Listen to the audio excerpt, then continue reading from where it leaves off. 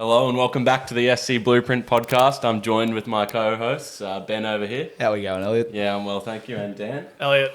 Yeah, good, thank you. And first day filming, guys. So yeah, that's something to look forward to.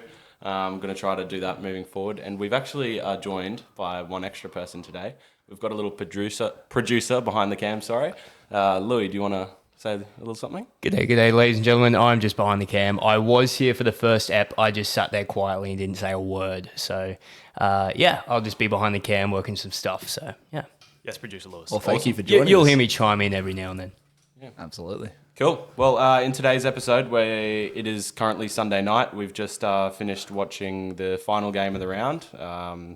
Week 2 of the trials? Week 3. Week 3 of the trials. Pre-season trials. Yeah, so that's all done now. I believe Parramatta are the pre-season trial winners. So exactly. Hopefully they've won their 100K. They've got that in their bank accounts already. Parramatta. Yeah, so we'll be going over those standout players, what we thought of SuperCoach relevant players, and that's basically it. And Ben's actually going to introduce a new segment we're going to move into after that. You just want to give us a little spiel? Yeah, so today we'll mark the start of the beautiful Physio Files. So it's a short segment every week where we'll just talk about some injuries to players and who might fill that role. So looking at potential cheapies you can pick up for a couple of rounds, get some extra money, and then move on from them when the injury player's back. Yeah, fantastic. And then obviously for the third part of the podcast today, we're going to move into Ben's team reveal, which is the final team reveal from us so far. Yeah, absolutely. Looking forward to it. It's funny how when you two have gone in front of me, it's got to sound like a repeating record. Really, there's a few things from each team, and a few additions of my own. We're all smart men, mate. Should all have the same team. Absolutely, well, that's one way to put it. Yeah, well, anyone without David Fafita is in a bit of trouble. So, well, we'll see. Yeah, as we'll find out soon. All right. Well, if we wanted to get into it, actually, we've got something before that. So. This is a bit of a one-off opportunity. I was wondering, does anyone know who the preseason MVP was this year? Anyone? I don't. No, I don't. Well, funnily enough, we have a message from the preseason MVP of 2023. Cooper Johns ready to show our good mate Dan. Just a nice message we requested midweek. Obviously, this our good friend Cooper Johns, by the way. I wish I could say good friend of the show. Free of charge. He's a good bloke. How much did you pay for this? $0, mate. Anyway, free, so we'll get beautiful message from Cooper. So we'll just have a quick listen. Obviously, this will be up on video on the YouTube for you, but we'll just have a little listen along. Oh, no. Dear friend Cooper. This is horrible. G'day, Daniel, mate. Just wanted to wish you a very happy belated birthday and, good luck in your SuperCoach year this year. A couple of tips for you. Dave Fafita and Cody Walker, they're a couple of good picks. They're a couple of really good picks, I think, and just a good pickups for South Sydney Rabbitohs. But Toby Couchman, yeah, miss him, I reckon. I reckon if I was just to give you some tips on who you should miss out on, probably Toby takes the cake, I reckon. That There is you horrible. go. There you go. Oh So that's the God. tip from dear friend of the show, Cooper himself. Yeah, Dan, give us some thoughts about that one. I mean, I suspect there's a hint of bias from the two of you in presenting. Mate, that. we get, we didn't tell him anything. zero instructions. on Zero that one. instructions, yeah? Yeah. Okay. We might have let it slip that it was your birthday. Yeah, accidentally. Finger slipped. I don't remember that. Anyway, as he said, great miss on Toby Couchman, which we'll get to later. But for now, we'll jump into our recap of the weekend. Obviously, some very interesting games out there, new makeups of teams as such. And anyone that watched the Panthers-Tigers has probably gone to sleep a pretty disappointed person that night. All Manly Souths. Oh, yeah, that one as well, actually. That was a bit of a shocker today. Couple absolute slingers. But we'll jump straight into the first game, which was our Warriors-Dolphins game. And now I'd like to give a special shout out to Wade Egan. I think he looked to be in the best shape I've seen him for a good couple of years. Moving with some haste, looked good at controlling the ruck. Obviously lacking some halves. They've got Tanner Boyd and Channel Harris DeVito, my apologies, in there to start the season. However, I do think that they lack a little bit of leadership sometimes in the halves for directions for the middle. So I think if he's in good form, it's going to be a good year. Yeah, Wade Egan's great. I don't know if it's a vibe-based thing. I think it actually is stat-based, but I'm pretty sure he performs better in the first half of the season, in the first, before Origin sort of stint. I'm pretty sure he averages significantly higher than he does later in the season. I don't know if that's a body breakdown injury sort of thing, but yeah, it could be a good pickup at the start, but yeah. Yeah, he obviously got a try and an assist in that game. According to the stats I got, he got 72 SuperCoach points. So I don't know how many minutes he played, if anyone has any clue. I think it was about between 30 and 40. I think he was subbed just before the Yeah, half. but yeah, great if he's got some of that attacking threat close to the line. We all know he's a very talented player, just struggles to stay on the field at times. So if he can do that, I reckon he's definitely worth a look. Anyone have his price off the top of their head? I do not. I know it's about 500. I was going to say around the 500 mark while you pull it up. Absolutely. Just also on that game, it looks like now Jacob Laban has nailed that starting role on the edge. Like Halasima might be playing on the bench to start the season. Honestly, pretty shocking. I think feels like to me Halasima is the more talented player, but it looks like he might have to wait his turn, and Laban could be a good cheaper to start the season. I think he's sub 300k Laban. Yeah, 290 odd. And I think it's even Andrew Webb's to confirm. So I'm pretty sure he came out and said that Lecker might be used as more of a utility role through the middle and on the edge as required. I do also think that's a strong point for Laban because obviously if they're worried about a certain second rower playing 80 minutes, it's probably the aging Kurt Catewell over Jacob Laban himself. So yeah, I think there could be a strong 60, 70 minute role there up for grabs, and hopefully he grabs it with both hands. Yeah, I've had a look at Laban. Obviously, we'll get into some other cheapy second row chat, but he has. I've toyed with him over the last couple of days. Obviously, since hearing that, could be a good player. Probably just going to be a broken record if I want to share any more thoughts. Still just does feel like there's a bit of risk there. Like Halasima could come into that role at any moment. Absolutely, they've got Niokore as well. There's a bit of there's a few threats. But I do think Wade Egan is a little injury prone, and I'm wondering whether they'll take a 14 this year. So obviously, in previous years they've taken Tamari Martin. He's actually injured at the moment, so whether they'll adopt maybe Sam Healy, I believe it was, who played last year. I think he'll play minutes. Yeah, so if he's on the bench, then that probably only leaves them the 3 for the middle, which is why I think they've opted for Lecker because he's so destructive through the middle. So it could be good minutes there for him. Yeah. Just a good look. And if you back it in like I do, then pick him up start of the season. Yeah. Wade Egan 527k by the way, so Not as cheap as you'd want. Nah, probably not quite. possibly not. Yeah, especially when you've got Harry Grant significantly discounted. Anyway, Dolphins they looked very good in attack, especially with all their starters at the start. Trey Fuller looked great. I think he got like 100 in Supercoach or something around that anyway. 100 something. Scored a try, set up Cobbo with a cutout pass, but yeah, obviously. They don't look lackluster in attack at all, but defense obviously still not fantastic. Any thoughts, lads? Yeah, no try assist for Herbie from the game was a little bit concerning that they opted for that cutout pass. Obviously, it'll be Hammer in the season, not Trey Fuller, but just thought it was interesting. I don't think I've seen that play very often from the Dolphins. It's usually straight through the hands, so could be something to keep an eye on. Herbie's obviously quite expensive, but I do expect them to score a lot of points. I do agree with you. I think it's a Fuller thing. Just to confirm, Trey Fuller, 103 Supercoach points on the weekend. I think that is a Fuller thing. I think Hammer will be more of a through-the-hands guy. Don't see Hammer throwing many Harbour Bridge passes, to be honest. But also, the Dolphins, I think it's just a structural thing with them, because even when their kids came on the field, like Tavita Nafar, who got over for a try, I think they might have scored 3 tries in the last 10 or 15 minutes, something like that. Yeah. So I think the Dolphins are just really well set up in attack, but yeah, don't look the most solid defensively. Could be a little bit of a Titans deal this year. Yeah. Lots of points on either side, which, hey, it's pretty good for Supercoach. Yeah, obviously. Another Tom Flegler showing as well. I think he got decent amount of Supercoach points off the bench, Dan, if you could pull 48. 48 off the bench, which is pretty strong showing with no try. So quite a powerful, like a lot of power and base off the bench, which is always great. And if he can find himself a starting role, he's borderline a must-have for me. So yeah, I think he is. I think he's outright a must-have if he gets upwards of 50 to 60 minutes in starting role. I think if you're still a little bit unsure about his role, you can hold off for a few weeks. Yeah. He's not going to balloon in price instantly, so wait and see at the worst, but you can definitely start with him. Yeah. For me, I'm debating the Paseka versus Flegler in that front row forward 4. I think it's a pretty good way up. I think he could definitely go either way. Yeah, I think that's a tight call. So yeah. Cool. That wraps us up for that game. So Panthers versus Tigers was the next one. I know you weren't a particular fan of the game as a whole, Ben, but least interesting game of the weekend I have you written down, but I'm sure that was before the last game of the round in the South Sydney Rabbits versus the Pui Manly Sea Eagles. Shout out Hello Sport.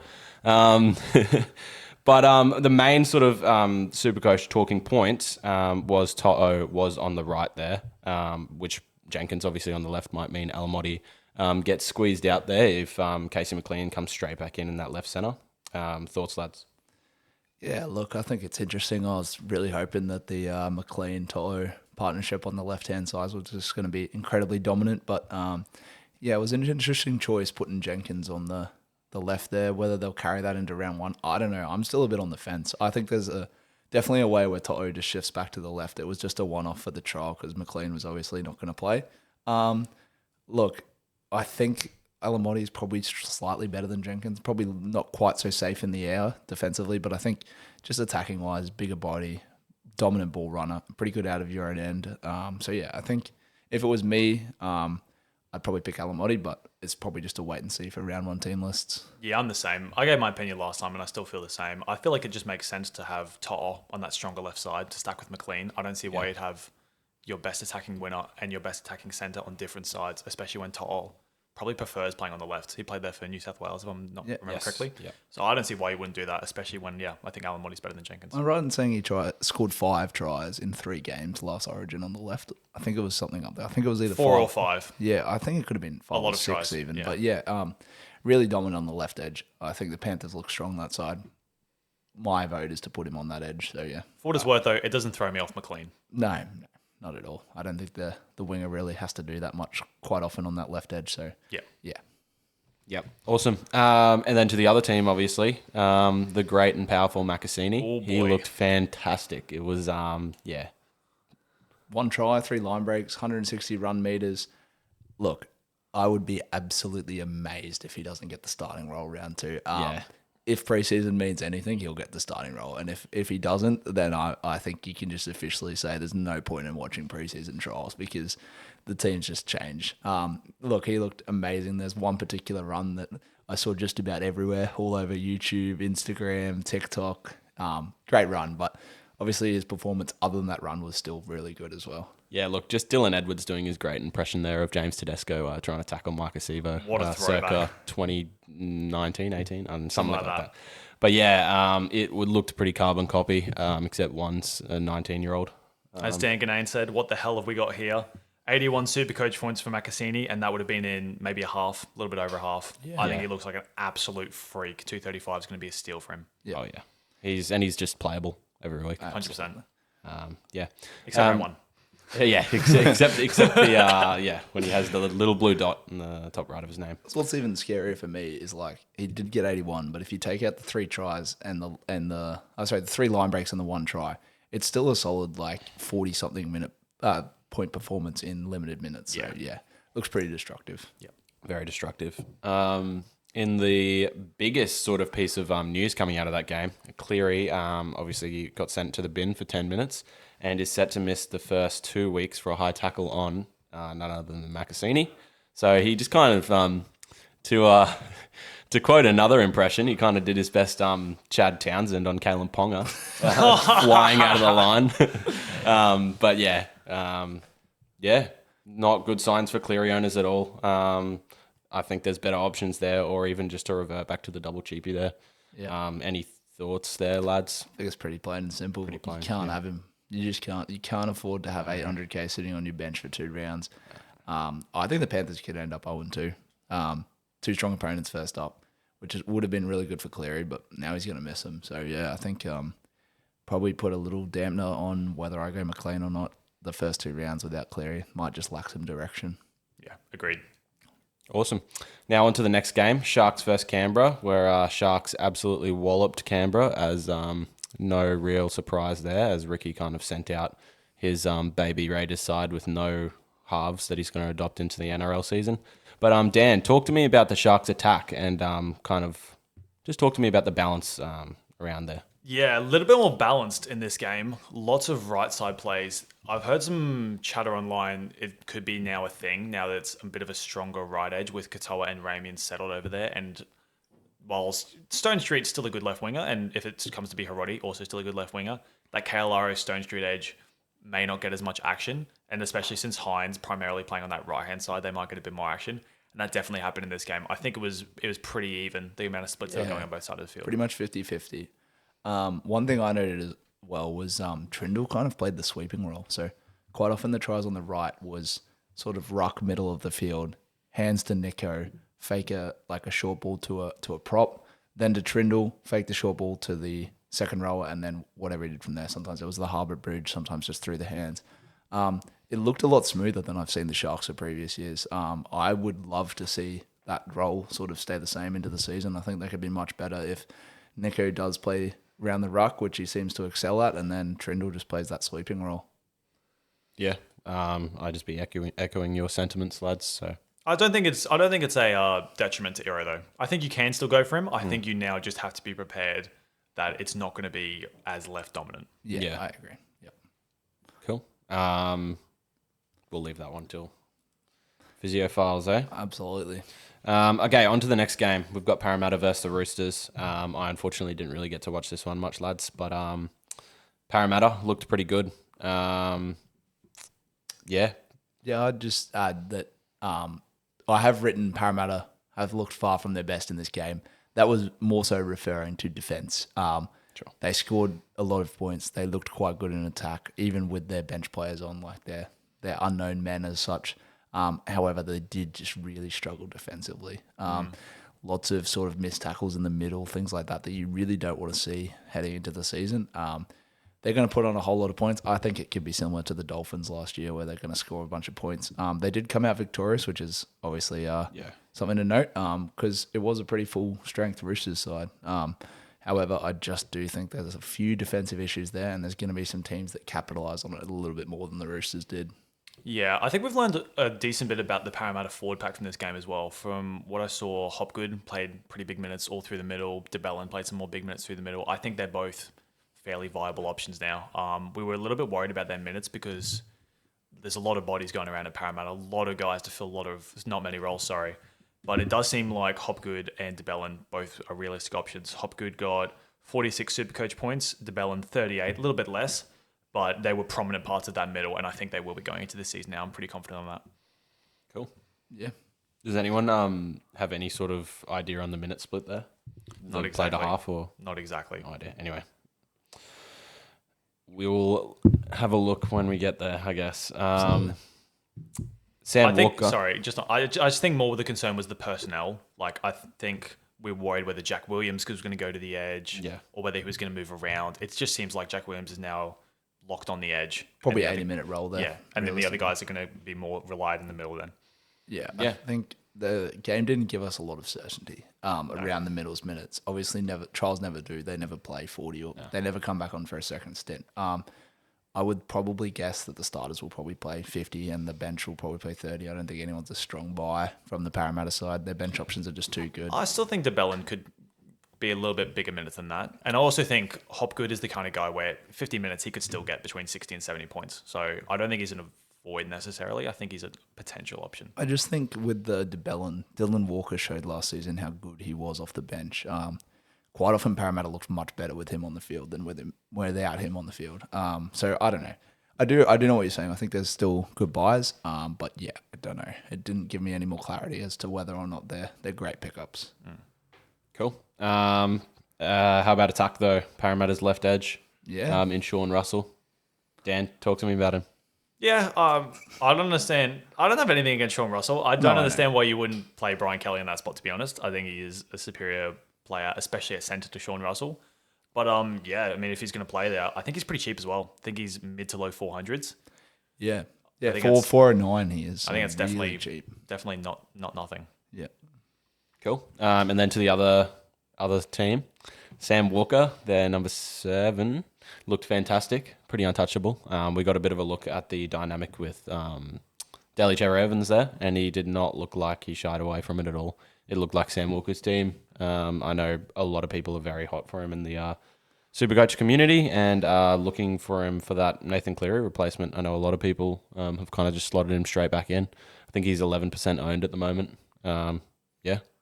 I think he looked great, and he played a sweeping role. So Cherry-Evans was playing close to the ruck, similar to Nico, and then he was out the back. Even when they went right, he often found himself out the back of Cherry-Evans. I think that's a great option, really. Obviously, Teddy will sort of chop and change it a little bit, so maybe he's not going to get 100, and was it 112? 112.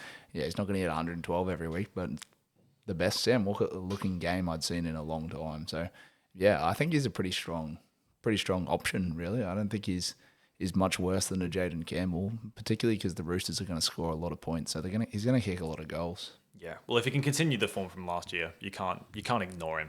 is worth a consideration. Yeah. Yeah, definitely. Awesome. Well, that wraps us up. Moving into the next game, we've got Melbourne Storm versus the Titans, where the Titans absolutely destroyed the Storm. That's probably, you can probably count on one hand the amount of times the Titans have actually beaten the Storm as a franchise. But one of the big talking points for Supercoach, that is Lasardi was on the left edge again, which speaks volumes about where he might kind of fit into the team in the season. And kind of raises alarm bells for there. Like, I definitely can't count at him now to be in the makeup of my team because I can't find someone around that price that I really want to replace him with. Yeah. Dan, do you have any thoughts about? Yeah, I definitely thought about Lasardi leaving my team today. Whether that's for Joe Chan, who may get that right edge spot, who's just 30 to 40K more. Yeah. Or just someone else completely. I think that is a big concern. I don't understand why you would play Lasardi on that left edge for both games if you didn't want him on the right edge. I think that's definitely a concern. Yeah, my thoughts would just probably echo the two of you, to be honest. Yeah, I think it's definitely a bit concerning for me. Yeah. Well, talk to me about Brimo and Jaden Campbell then, Benno. Yeah, looked really sharp together. Probably the best I've seen him play. Obviously, what's happened in the past is Brimo's taken on the ball running and Campbell's kind of just been the kicking guy. But they look more balanced. They both ran the ball. I think they're both really good halves, ball running wise. If Jaden Campbell can step up and take a proper 7 role and continue ball running, they're going to be good. They're going to be sharp. Do just lack defensively, the Titans. But yeah, I like the look of the two of them together. Yeah, lots of short balls. Like, it was a short ball to Fermor for his try, short ball to, I can't remember who it was now, but someone else that Jaden Campbell threw a short ball to for their try, which obviously they will be getting for assists. Like, we don't have to worry about the centers getting a touch on the last pass. So I thought that was a good sign. Yeah, absolutely. I think that pretty much, I don't think there's much more to say there other than they looked really good together. Yeah. Moses Leo as well. Strong game from Moses Leo in the centres. We're speculating he's going to go on the wing for Xavier Coates. Yes, I would say that. I think Jack Howarth and Nick Meaney are probably out and out centres, so I think he'll just slot onto the wing. But yeah, looked pretty good. Yeah, just took some strong carries from the centre. Was impressed with his physicality more than anything. And going into Xavier Coates' wing, might not quite score as many tries. I really don't picture him taking as many aerial bombs, but I do think he'll still score tries. Xavier Coates scored plenty through the hands last year. I think it'll be much the same this year. Yeah, definitely a good cheapy option there. Awesome. Now we go on to Manly versus Rabbitohs, so last game of the round. Arguably the poo slinger of the round, in my opinion. Manly looked pretty terrible. Defensively, they just looked like they were getting beaten up the middle all day. Keon looked good. Looked like he was just toying with them, obliterating them, offloading at will. Looks like a fairly strong option at 666k, I think. Simpkin looked good. He was pretty busy. He was running the football. He was darting around the ruck. Looked good. I know you're fairly keen on him, Dan. So, Any thoughts? I was really interested in this game to see Simpkin and Brandon Smith, to see what I wanted to do with that second hooker role. Still not convinced either way, but Simpkin looked very good. Only played a half. Dr. Clay went the other half. Lots of tackles, as you said, lots of darting out in the middle. So that was very good to see. It's quite impressive to me, really, because I looked at his stats the other day when I was doing a bit of comparison of who I might put in my second hooker role. And Simpkin last year got 50s and 60s in pure tackles. Like, there was less than 3 or 4 runs a game. So if he's already picking up that extra running because he's not going to have to stay on as long, then he might be a great option. He might be not in the same elite status, but similar to a sort of Brayley who just stays around, makes tackles, and then takes a run or two out of dummy half, getting the occasional line break or the assist. So I think he's a pretty strong buy if he does get more minutes, but the one half kind of scares me a little bit, especially because Dr. Clay was on a backup from the All-Stars game. Just a trial, though. Yeah, I don't know. I think I just don't have the clarity around how it's going to work. Like, it could easily be they don't play Dr. Clay at all. But I think there's also a real world where he plays 30 or 40 minutes. So, yeah, wait and see. Cool. To the other team, Cody Walker looked pretty strong in his ball running. It looked like he was, taking on the line pretty well. Obviously, scored that try. I know, Dan, you were pretty, aroused by it, I'd say. So, it was pretty good. I'm happy to have him in my team. I'm sure you'll be trading him in, Dan, so... Doubt it. In the words of Cooper Johns, he's a must-have. So. But also in saying that, he did have a couple errors, obviously a bit rusty, and then gave away a penalty in attack when he was getting tackled. So he was just doing silly things, jersey punching the opposition. Yeah, he did look good, but I would not even counter, because it is not irrelevant, but Manly were terrible.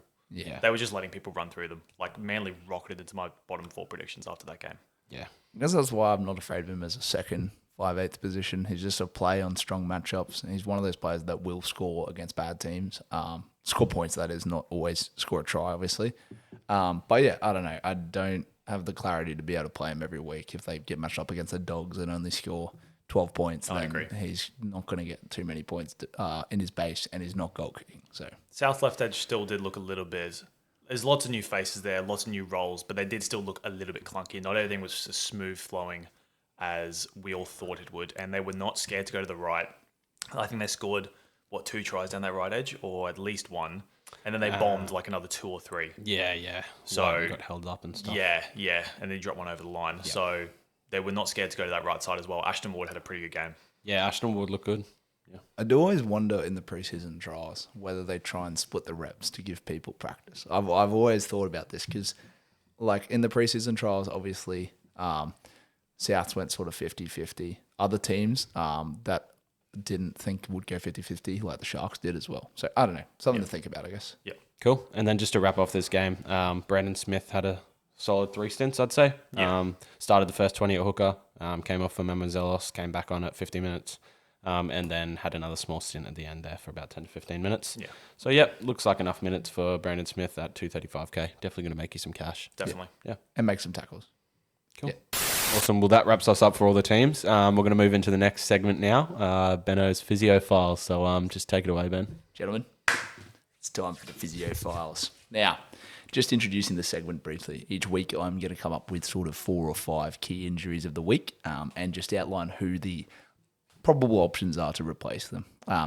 So obviously it's not an actual week, but there is some important injury news that some of us, including myself, there were some of these that I wasn't aware of, which is quite amazing because I thought I was all over it, but every time you scroll NRL casualty ward, you find a new player you didn't know was injured. So the first player, obviously this is pretty well known, Reece Robson. I've seen a span of 6 weeks that he might be back. So some people have it at round 3, some people have it at round 5. I saw it on casualty ward at round 7. I actually think it'll probably be round 5. But yeah, obviously out for 5 rounds of the regular season. There is a guy, I'm going to have a red hot crack at pronouncing his name here. Benai Ayulu, Yeah. I want to say. Yeah. If you don't know how to spell that, don't worry. Just take out your Brandon Smith, search for Sydney Roosters, and he'll pop up, and you'll know who I'm talking about. But yeah, I think I'm pretty sure Trent Robinson came out and said he will be the starting 9 for round 1. Obviously, he'll probably split a few reps with Connor Watson, but that's all right. I mean, he's bottom dollar. Looks pretty good. Played a bit on the weekend, I believe. And obviously, that's a great option if you are looking for someone other than Brandon Smith, if you don't believe in the cheese. Then, yeah, not a bad pickup. Yeah. Second player, also from the Roosters, coincidentally, Victor Radley, obviously suspended till round 7. So that'll probably see either Siwa Wong or one of the Butcher brothers. I think it was Nat Butcher who was predicted to start there. He's actually injured now as well, potentially. So he was pulled out of the game at the last minute. Unsure around timeline yet. That hasn't come out. Probably a precautionary thing, I'd say. But yeah, I think either of those options, they're probably not going to waste a sub on an edge. So I think it'll probably be 3 middles on the bench and then Connor Watson. So could be a good pickup there for the first 7 rounds if you want someone on the Roosters starting edge, especially on that right edge, which is pretty dominant. Is there potential for Blake Steeps to get that 13 role? Yes, there is still potential for that. And I think the new news sort of makes me fear it a little bit just because you've got Connor Watson on the bench. So that is obviously this trial as well. There is a chance that Connor Watson does just slot into lock for the first round, so we don't actually know there. However, obviously, Benani Ayulu, as I'm going to pronounce it for today, he is confirmed by Trent Robinson himself. So I think that's probably the better option of the 2 that have come out of this. But yeah, I think definitely 2 to think about there. Now, I'll move on to the one that I didn't know was injured, which is actually Jeremy Marshall-King. I actually did not know that he was injured and out for as long as he is. So apparently he's also going to be out for round 7 at this stage. So obviously subject to change. Casualty Ward had it up as round 7, which is pretty amazing that I didn't hear about that. I just figured a bit of an older body, a little bit injury prone, not the sort of player you'd play in trials. But yeah, so he's actually injured. There's 3. Just one on the sustaining of that injury. I believe it was around the house, so I think he might have slipped over and torn his MCL or something like that. Really? There might be a pull from the clouds. I'm not sure how accurate that actually is, but I think it was sustained at home. So Wow, there you go. Probably why it flew under the radar because it wasn't associated to any game. So to save the man some credit, yeah.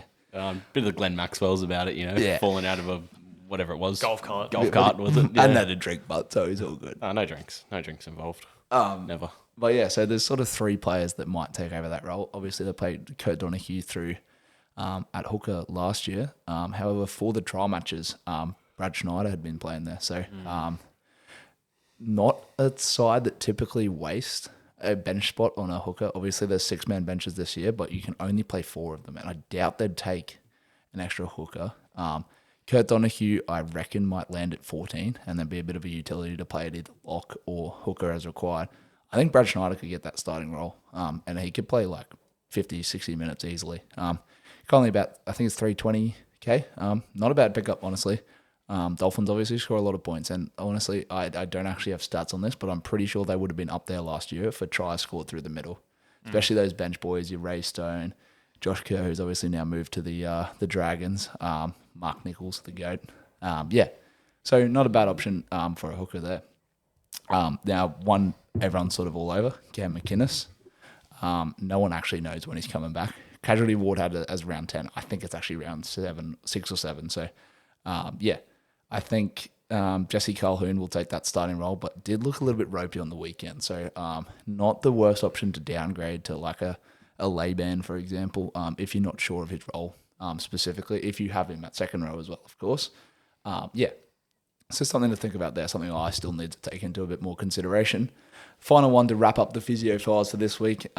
Xavier Coates, everyone already heard it, but out till round 10. So it's looking like more than 2 months off, which originally was their sort of prediction. I think it just means Moses Lee is a must almost. They're really lacking in spare centre wings, especially with Grant Anderson going to the Broncos this year. That was kind of their premium option to fill that spot. So I think Moses Lee probably just plays. I don't think there's many other options. I think there's one more back that they might consider. He played on the wing for them this week. I forget his name. Not off the top of my head. That's right. I wouldn't know. But yeah, I do believe that Moses Lee will get that starting role. Played at centre on the weekend, scored pretty well. He'll play on the wing. I think now Howarth and Meany will be the centres for that. So yeah, that pretty much wraps up the Physio Files for this week. I think there's some things to consider there.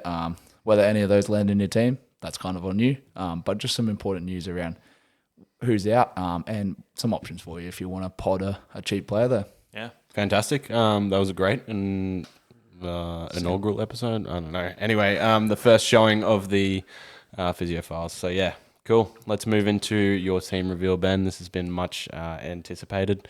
Obviously, probably just going to be copy and paste of ours as per. But Well, it kind of was, but I've actually since made some changes. Oh, so sure. the feelings of it. One thing I did have to note before we move into my team, Luke Keary on a podcast was talking about how the Knights and the Cowboys are setting themselves up for failure. So I saw this clip and I thought, didn't really give it the time of day at first, but then I watched the whole thing and I was like, wow, that's actually something important to note. So in the trials, not something I considered, Dylan Brown and Tom Dearden both played on the right-hand side of the field. Now, not something you typically think, wow, what a disaster. They are both typically left-sided halves. And I think, as he speculated, the real reason for that is because Purdue is a left-sided half and, I've gone completely blank. For the Knights. Fletcher Sharp Legend. is typically a left-sided half. So by playing them on the right, they don't have to change anything all season. And then if they need to chop and change their halves, they can. So currently they obviously have Jake Clifford and Sandon Smith there. Let's say one of them's doing really bad. Well, all of a sudden, Tom Dearden doesn't have to shift edges. They just swap 1 for 1 straight out. Same with Purdue and Clifford. not something I really considered. But then when he talked about the repercussions of it, like you're taking your best attacking weapon and moving them to the other side of the field and saying, here's this new role, do your best. I think that could really influence their attack. So last year we know how dominant the left edge of the Cowboys was, particularly in games when Tom Dearden played on the left and Clifford played on the right. Something I hadn't really considered, but yeah, definitely something to keep in the back of your mind is that they've shifted the edges around, the halves around a lot in those teams. I feel like I can remember Dearden playing on the right side last season. Definitely did, and for some of Clifford's game, but he did also play on the left. Okay. So yeah, and I think they looked better with him on the left. Okay. I think he won a Wally Lewis medal though on the right. So. That he did. I'm not so worried about him. I think he's so good he can play on either side of the field. Dylan Brown, however, He's definitely a left-sided half. absolutely. Dylan Brown should be on the left. Something I'm more feared of. Tom Dearden, you can put him just about anywhere on the park. You can play him at hooker, he'd be fine. So I don't understand either because I swear Sandon Smith played on the right-hand side last year for the Roosters. no, he played on the left. So I swear Hugo Savala on the left. Hugo Savala on the right, and then Sandon Smith on the left. Okay. And then when Sam Walker came back, Sam Walker on the left, and Hugo Savala on the right still. So Yeah, okay. obviously Hugo Savala was almost as sad as it is to say the placeholder for Daly Cherry Evans. Yeah. But yeah, so interesting to think about. Okay. Something for thought, I guess. Cool. But yeah, that wraps up my little yarn. I apologise for taking 2 minutes of your time there, lads, but just something I found interesting. So Yeah. we can move straight into my team reveal. Look, you've already hopefully listened to 2 of our other team reveals. Probably just gloss over some of the players we all have, and we'll get down to the nitty gritties a bit lower down. So we'll start at the top. Harry Graham, Brandon Smith. How can you look past it? I mean, just to save some money, I was looking at Simpkin. I was looking at Reed Minor. Then I just thought to myself, why waste an extra $200K when I can just get Brandon Smith for 50 minutes? Any arguments? I don't think there is. No, but not at all. any points you want to add? No. Happy? Yeah. All right, to front row. Payne Haas, captain every week. Easy choice. Stefano Utoikamanu, Yeah. great option. Think he's going to be in for a big season, as we all do. The SC Blueprint special. Absolutely. I've got Jesse Calhoun there at the moment, funnily enough. However, that is subject to change. I think there's a real way that I upgrade him to Tom Flegler before the start of the season. Yeah. So I don't mind the Tom Flegler Paseka at my front row. So Paseka currently my front row forward 4. I think that's a great option to have. Calhoun didn't look particularly good on the weekend. I think he's going to split minutes. I think Flegler will get that starting role eventually. When he does, I want to already have him. So yeah. Particularly I'd add to that as well. If there is one injury in the middle for the Dolphins, Flegler will play big minutes. And if that's like a round 3 or round 4, and he all of a sudden gets 80, he's going to jump a lot of money very quickly. So yeah, something to be noted of if you just hold him there. Don't have to play him for the start until he gets that starting role, and then you've pretty much got 3 premium front row forwards there because he'll be probably in the same league as Stefano if he's playing big minutes. Yeah. Moving on to second row, kind of a culmination of the 2 teams, as I'm sure you might have just noted, something a little bit lower down there. But Isaiah Yeo, Trey Mooney, who we all have, I think we're all really keen on him. I'll just move on from that.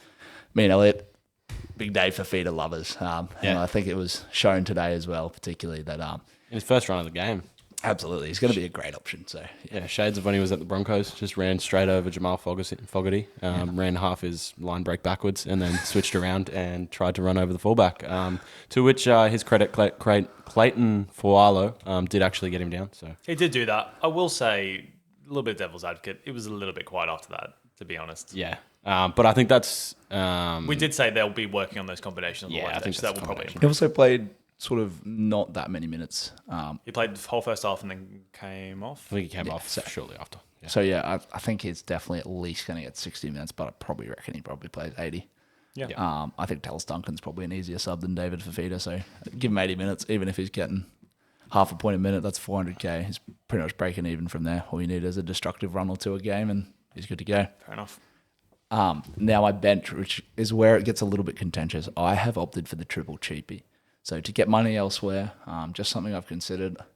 With the news this week about Jacob Laban, I've got him at number 1, and then obviously Patson and Lasardi, who we all know and love for now. Lasardi obviously subject to change, but either way, I think you get one of Lasardi or Joe Chan, whoever gets the starting role basically. You would do that, certainly. Yeah. So yeah, it's pretty easy. I don't think there's another great second row cheapie I can think of around that same price. So happy to pay an extra 30, 40K for Joe Chan. Do you have concerns over the Excuse Laban me. situation in terms of Halasima could come in at any stage or Capewell near core? We said there's a lot of bodies competing for that role. Look, I understand. I do also think it could just be next to enough, and then as soon as there's one injury in the second round, he's getting a start and roll again. So even if he does get subbed out after a couple of rounds, he'll be back. Yeah, fair enough. He'll be back this season. Just lets me save some money. If there's one player on my bench that's not playing every week, then so be it. But I think he'll probably land on the bench either way, like Lecker is. So not too worried about that, I guess. Yeah, sure. This is where it gets a little bit interesting, lads. This is a spicy section. Yeah. I've opted for Sam Walker. So a bit of a Rogington. Fair Jaden enough. Campbell to let the viewers know for a very long period of time. I just think Sydney are in for a big year. They're in for a big year every year, but this year particularly, this was their premiership winning year for a couple of years. Crichton's only getting older. Cherry Evans obviously a huge, huge addition to their attack, but obviously probably won't be fit for very long. Some young outside backs who have a year of experience now, Billy Smith and Robert Toyer particularly. I'm talking about last year with Mark, who's one of the best attacking weapons in the league. If there's ever going to be a year in the next couple of years they're going to win a premiership, it's probably this year. Middles are stacked. Obviously missing a few with injury, but they'll be back. Any thoughts from you, lads? Not particularly. I think, sorry. I do have thoughts. Nothing to really go against you there, though, mate. I think it's a great pick. Honestly, if there's one player that makes me scared not to go for him, it's Sam Walker, to be honest. Dangerous, can just pull 100 out of his backside. Man. Vibe-wise, he's just scary. He's a freakish rugby league player. He can assist with kicks. He can assist through the hands. He can score tries. He can do it all. He can grubber through and score himself. He's just a freakish player. And if DC is just going to unlock his running game, it could be wheels up. Yeah, I think there's a couple of things with Sam Walker. I feel like I remember. I don't have the stats right in front of me. I feel like he did have a little bit of a downtick in last year's stats from the old to new scoring system, like a small downtick. Yeah, but when I think about Sam Walker's play and how he sets up tries, I picture his Harbour Bridge pass, I picture little grubbers, and I picture bomb kicks. So I feel like he probably won't lose that many assists.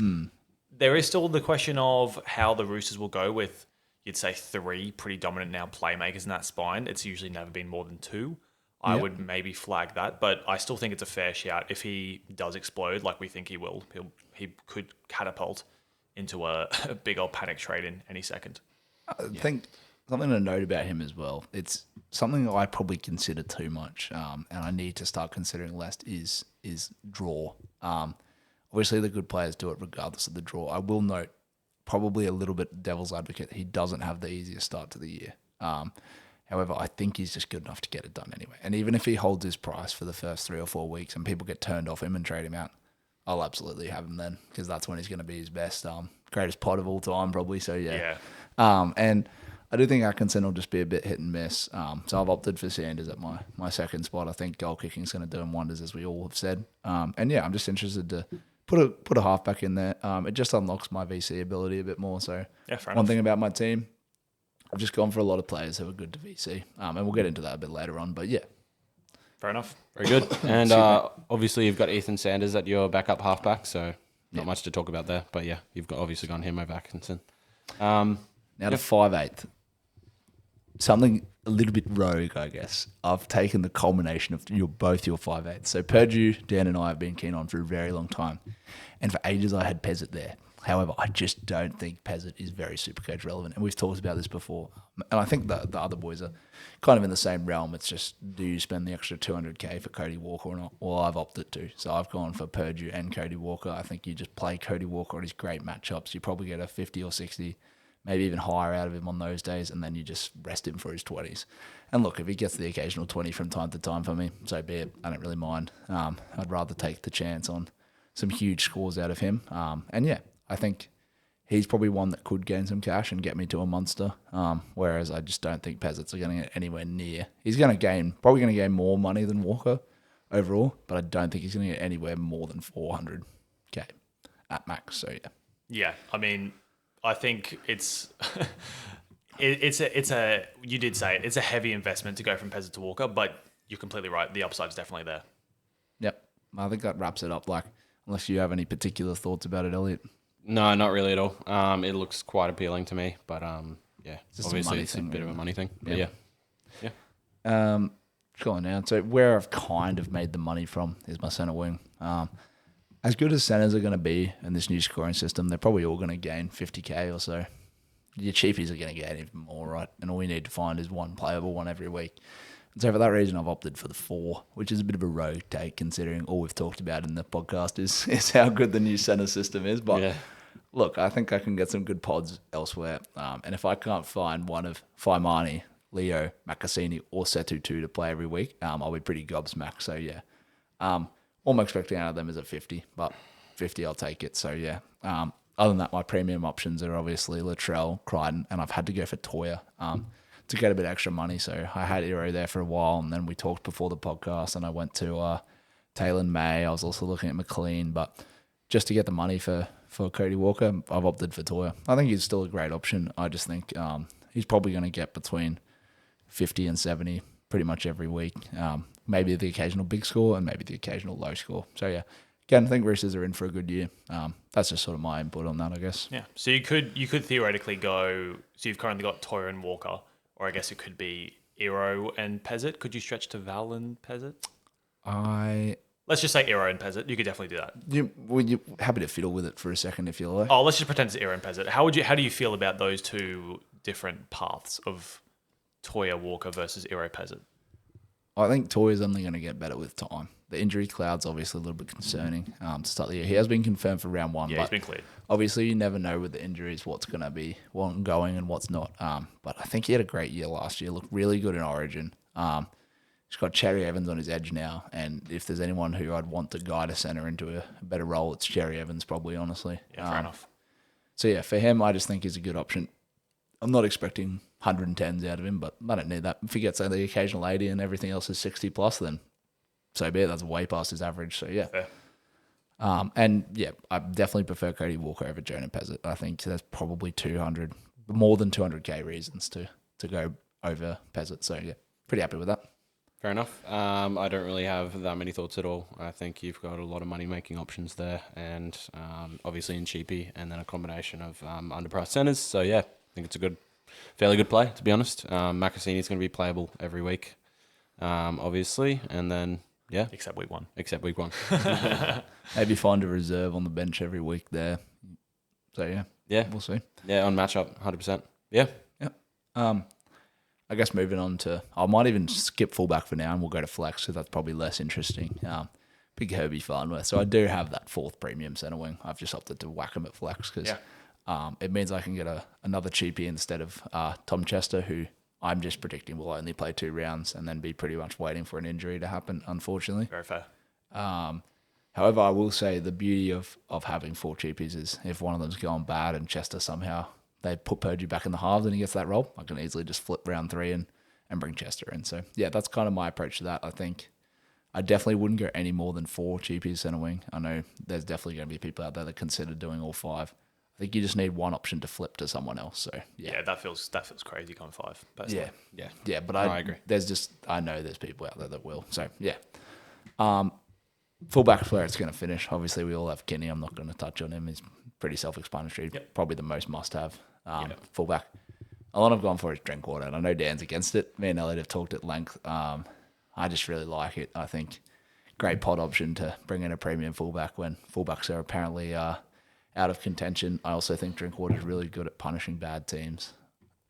Maybe not bad teams is probably the wrong way to say it, but in high-scoring games, he always scores high. So Vegas, not typically known as a high-scoring ground, but if there's one game that can make it a high-scoring ground, it's the Knights Cowboys. It's Newcastle Knights. Oh, yeah. I do not picture a little 12-6 or anything like that. It's either going to be 30-24 or it's going to be like 66-24. Who knows? Depends what Knights rock up on the day. Yeah, definitely.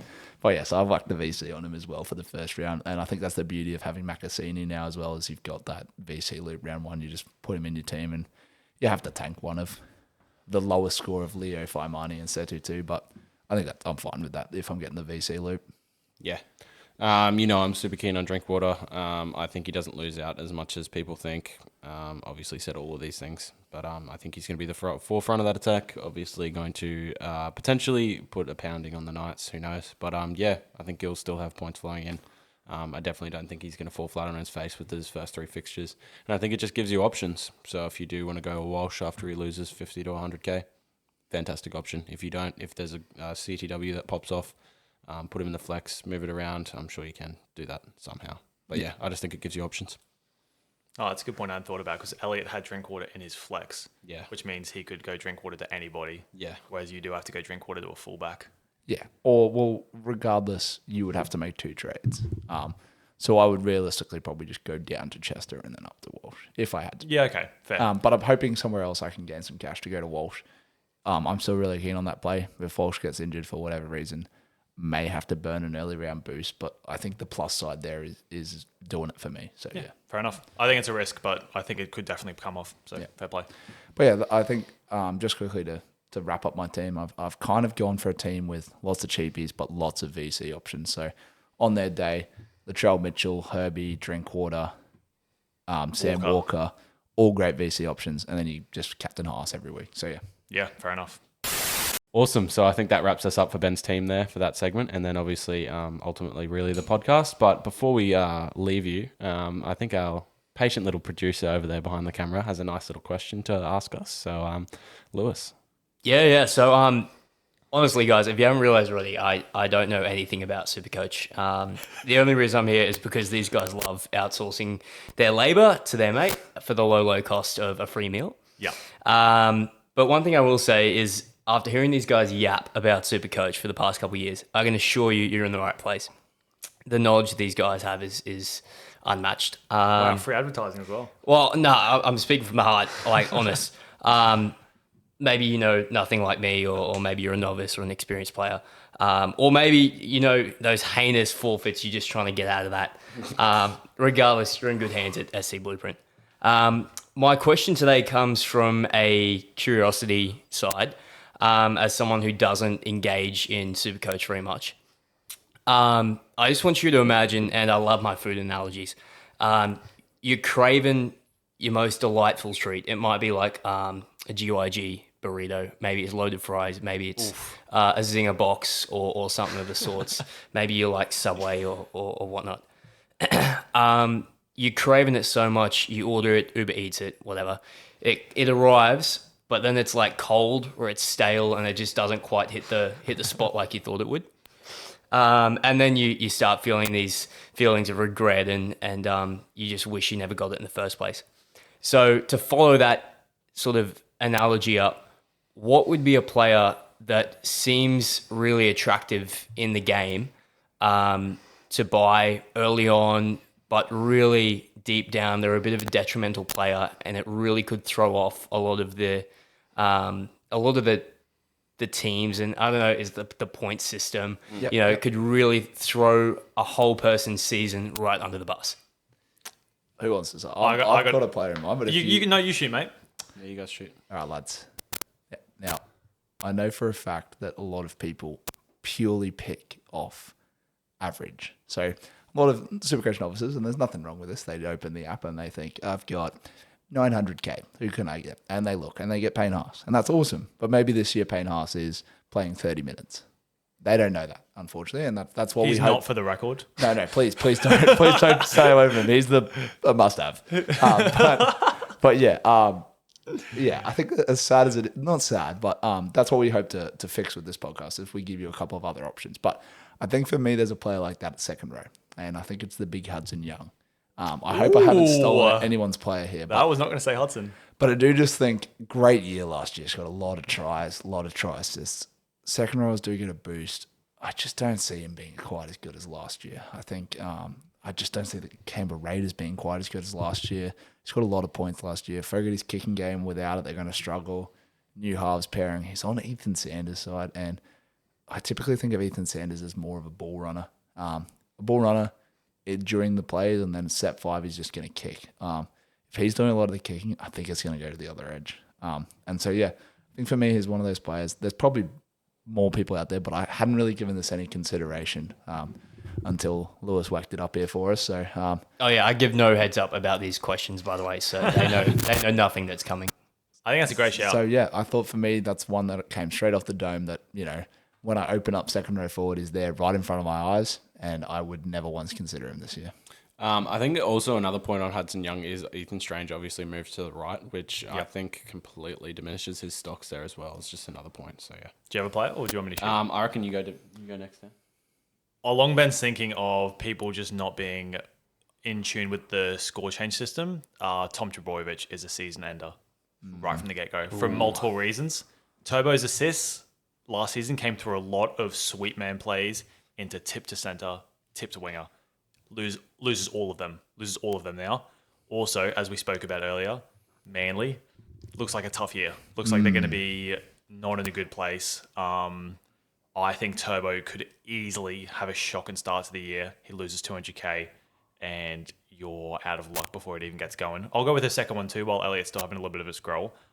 Nico Hines. I think the Sharks, Nico's year last year, while still being good and consistent, he had a couple big scores.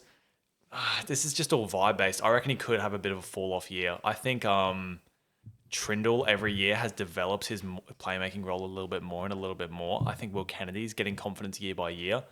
And I think as well, the Sharks have been really good as a whole for the last couple of years. If they have a little bit of a downward year and score some less points, Nico gets some less assists, I think he could take a bit of a downturn in these points as well. Well, I guess I've got a couple of players here, but my first player would be Cameron Murray. I think. Good shout. I think coming into this season, people thought he was going to get a hefty discount based on that one game he played last season. Obviously, SuperCoach takes a bit of discretion there when making the price, and I think it was higher than everyone thought. In saying that, I think at the start of when Team Pickers came out, he was still hugely owned. I think that's dropped down a little bit now. Obviously, he's sitting at 18% owned. I still think that's way too high for Cameron Murray. For other players, you can get around that price. You go up a little bit to like 600 and a bit K. You get Angus Crichton, Isaiah Yo's in there, Couchman. Pretty sure. I was going to Couchman's a say great player. I was going to say someone else as well. I can't remember. Sorry, come back. You can pay up more and go Beau Fermor. Stefano. He's a front row, but same idea. Yeah, Stefano. same idea. Hopgood, Jermaine Hopgood around that price. I think there's fantastic, way better players than Cam Murray, SuperCoach wise, that have a higher ceiling potentially, in my opinion. But then to go into a second potential little trappy player that might give you a fair bit of not discomfort. What's the word, lads? Bit of dissatisfaction. Is Yeah, that's a good word. Is Fletcher Sharp. So I think a lot of people know that he's probably overpriced and doesn't really have a role. But if he came into finding himself on the wing or 14 or whatever he's going to be, he's definitely way too expensive. Very true. So probably goes without saying, but yeah. Speaking of Fletcher Sharp, can we get a check on Fletcher Hunt ownership? We have this theory amongst us that we're convinced that Fletcher Hunt is exclusively owned by people who think he's Fletcher Sharp. Yeah. 15%, does that say? Yeah, 15% of people own my Fletcher Hunt. days.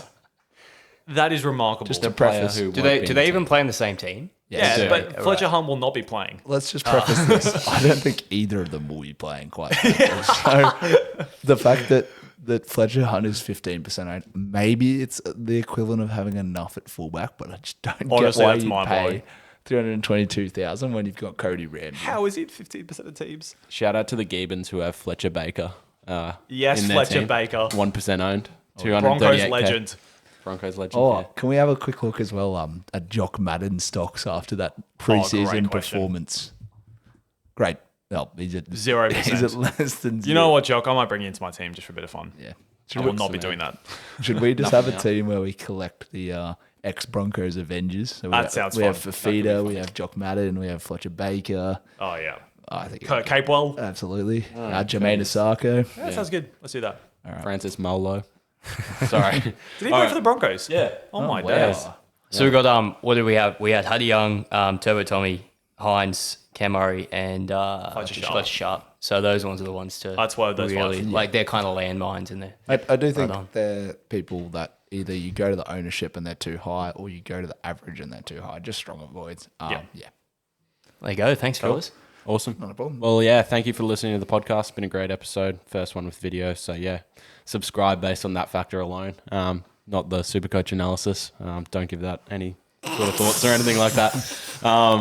Yeah, subscribe, comment, anything, any questions. We'd love to answer your questions. Obviously, we got a nice little comment on our last video that we answered, and yeah, that was really cool. So yeah, Look out for Thursday's podcast. We'll be building our consensus team to go into the season, doing a live build of that. So you'll hear all our thoughts on a bunch of different players. So that could be really good for building your knowledge. It could be a bit dicey. Yeah. It's going to be a lot of fun though. So, Absolutely. yeah. You'll get to hear some difference in opinion that maybe we didn't quite share in our team builder because we have a bit of respect in these episodes. But if you're looking for a somewhat shouting match, gloves are off. we're gonna do it. We're gonna do it from the base. We're not gonna come in with a team in mind. We're just gonna sit here and we're gonna debate. So definitely a good one to listen into and hear some thoughts from people on different approaches at positions. But also jump over the Insta. Obviously, we've had a couple of comments in the last couple of days, slowly building, which is awesome. And yeah, we love to answer them. So any sort of questions, more than happy to provide some advice. We had a comment today, which was actually about starting with a bunch of pods. And I was more than happy to provide that Bo Fermor and Angus Crichton might be some good pods at second row. So if you've got any questions about that, maybe pods at different positions, jump over. Flick them through, guys. All of them, all the questions you got. Absolutely. But I think that's us, really.